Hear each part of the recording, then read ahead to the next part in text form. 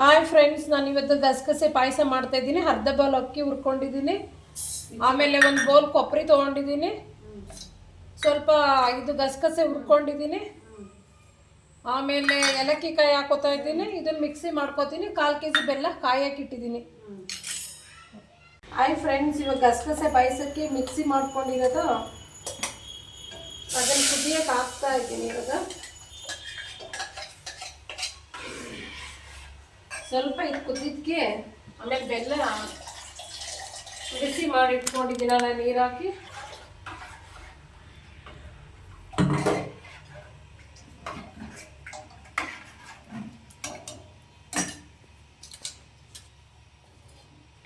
ಈ ಬೆಲ್ಲ ಕಾಯಿಸಿಟ್ಟಿರೋದು ಹಾಕೋತಾ ಇದ್ದೀನಿ ಫ್ರೆಂಡ್ಸ್ ಗಸಗಸೆ ಪಾಯಸಕ್ಕೆ.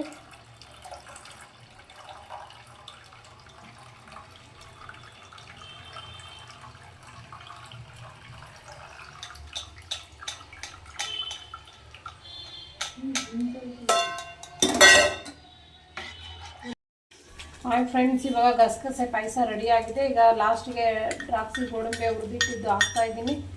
ಅದಕ್ಕೆ 1 ಸ್ಪೂನ್ ತುಪ್ಪ ಹಾಕ್ತಾ ಇದ್ದೀನಿ ಪಾಯಸಕ್ಕೆ. ಇದು ಬಿಸಿ ಬಿಸಿ ಕುಡಿದ್ರೆ ತುಂಬ ಒಳ್ಳೆಯದು. ಬಾಡಿ ಹೀಟ್ ಆಗಿದ್ದಾಗ ತುಂಬ ಕೂಲ್ ಆಗುತ್ತೆ.